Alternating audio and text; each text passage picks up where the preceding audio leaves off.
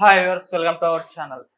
YCP MLC తోట త్రిమూర్తులకి శిరోముండనం case కింద 18 నెలల జైలు శిక్ష పడింది. అయితే ఈ కేసు ఇప్పటిది కాదంట, మరి ఎప్పటిదో అంట.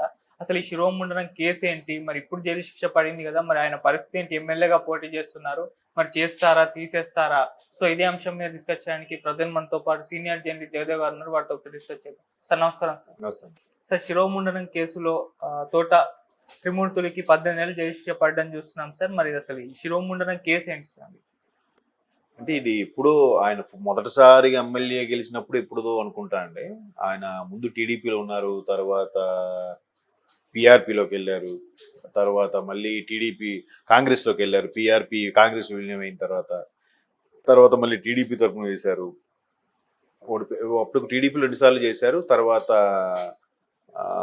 పిఆర్పిలో కూడా ఓడిపోయారు అనుకుంటా. కాంగ్రెస్ తరఫున మళ్ళీ గెలిచారు, తర్వాత మళ్ళీ టీడీపీకి వచ్చిన తర్వాత వైసీపీ చేతిలో ఓడిపోయారు. మన 19లో ఎమ్మెల్సీ అయ్యారు టీడీపీ తరఫున. అది కూడా గవర్నర్ కోటాలో ఆయన ఎమ్మెల్సీ కింద అయ్యారు.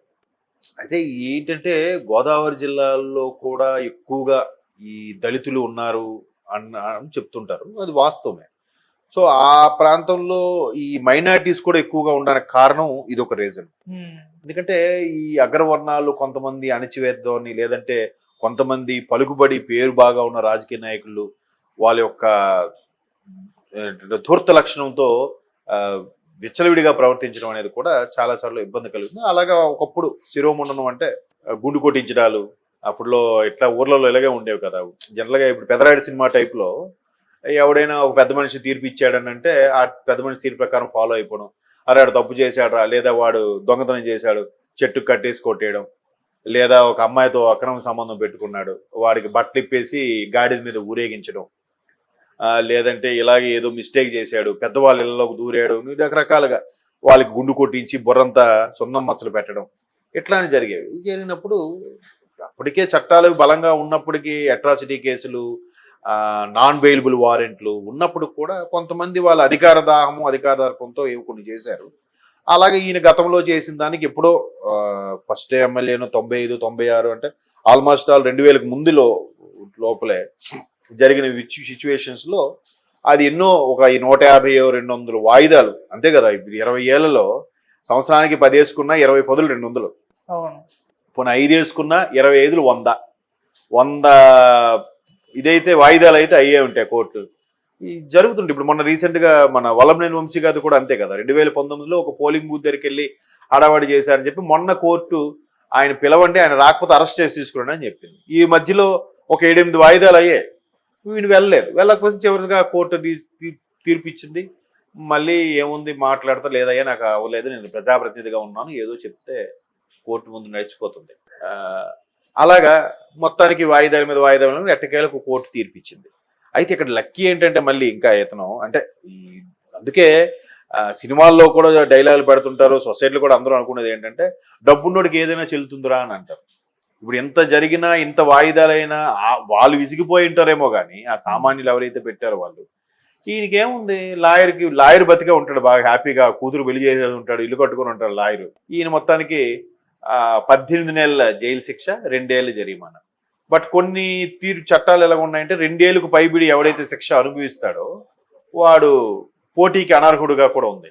సో 2 ఏళ్ళు లేదు కాబట్టి పోటీకి అర్హుడే. మీ సందేహం అదే అనుకుంటా. ఒకవేళ ఇప్పుడు ఈయన జైలు శిక్ష పడింది కదా, నెక్స్ట్ మండపేట నుంచి ఎవరిని పోటీలో దిగబోతున్నారు ఏంటి అని. సో 2 ఏళ్ళు లోపు కాబట్టి పోటీకి అర్హుడే. లోపల ఉన్న ఏముంది, సినిమాలో చూపించినట్టుగా అసెంబ్లీ రౌడీ సినిమాలలో మోహన్ బాబు గారు జైల్లో ఉన్నా కూడా పోటీ చేయొచ్చు.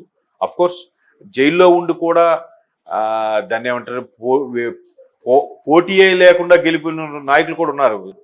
ఒకప్పుడు జయప్రకాష్ నారాయణ గారు, అంటే ఈ జయప్రకాష్ నారాయణ గారు పెద్ద జయప్రకాష్ నారాయణ, ఆయన 2 స్థానాల్లో పెడితే 2 స్థానాల్లో కూడా బంపర్ మెజార్టీతో గెలిచారంట ఆయన. సో అట్లాంటి చరిత్ర ఉన్న వాళ్ళు ఉన్నారు, మహానాయకులు, గొప్ప వాళ్ళు. సో ఇప్పుడు వీళ్ళు కూడా ఏముంది, ఆల్రెడీ క్యాన్వాసింగ్ భూమి ఉంటే నడుస్తుంది, గెలిస్తే గెలుస్తారు, లేకపోతే లేదు.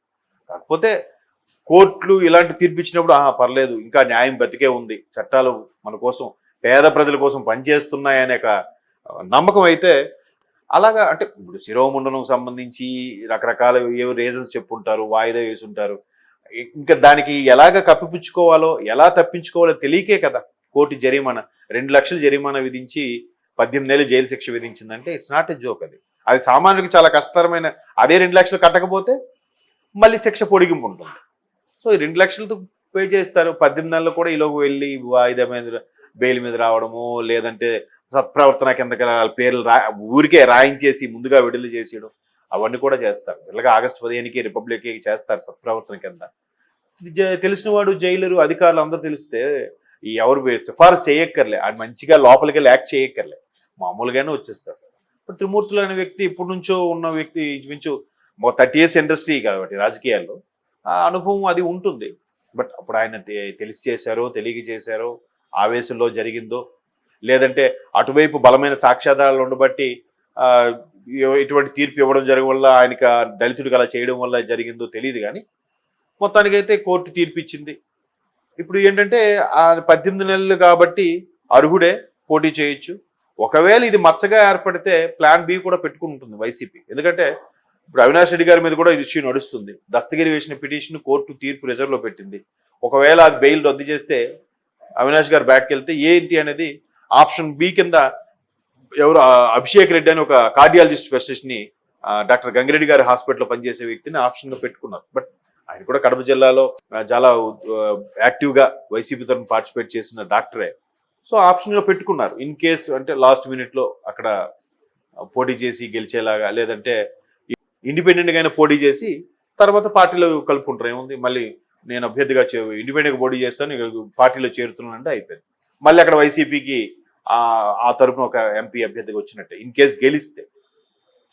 సో అలాగే ఇక్కడ కూడా తోట త్రిమూర్తులకు సంబంధించి ఆప్షన్ బి పెట్టుకుని ఉంటారు.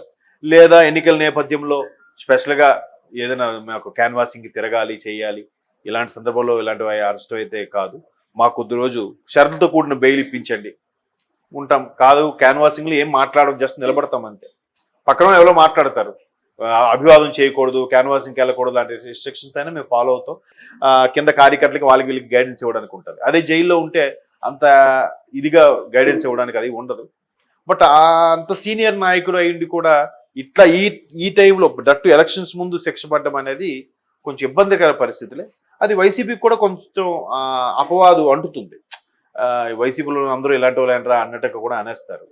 సో మొత్తానికి ఏదైతేనేమో వాళ్ళు ఆప్షన్ బి కూడా పెట్టుకొని ఉండొచ్చు. మేబీ ఎవరిని ఉన్నారు ఏంటి అనేది మనకు తెలియదు. కానీ అక్కడైతే మాత్రం అవినాష్ రెడ్డి గారికి ఆప్షన్ పెట్టారని కూడా వార్తలు వినిపిస్తున్నాయి. ఇక్కడ తోట త్రిమూర్తులు గారికి ఇలా వస్తుందని తెలియదు కాబట్టి ఆప్షన్ బి మనకు వినబడలేదు. మేబీ రేపు మాపో ఆప్షన్ బి కూడా వినిపించే ఛాన్సెస్ ఉన్నాయని నేను అనుకుంటున్నాను. మీ సందేహం అదే అనుకుంటా. ఒకవేళ ఇప్పుడు ఈయన జైలు శిక్ష పడింది కదా, నెక్స్ట్ మండపేట నుంచి ఎవరిని పోటీలో దిగబోతున్నారు ఏంటి అని. సో 2 ఏళ్ళు లోపు కాబట్టి పోటీకి అర్హుడే. లోపల ఉన్న ఏముంది, సినిమాలో చూపించినట్టుగా అసెంబ్లీ రౌడీ సినిమాలలో మోహన్ బాబు గారు జైల్లో ఉన్నా కూడా పోటీ చేయొచ్చు. అఫ్ కోర్స్ జైల్లో ఉండి కూడా దాన్ని ఏమంటారు, పోటీ లేకుండా గెలిపిన నాయకులు కూడా ఉన్నారు. Okay sir, thank you so much. Thank you.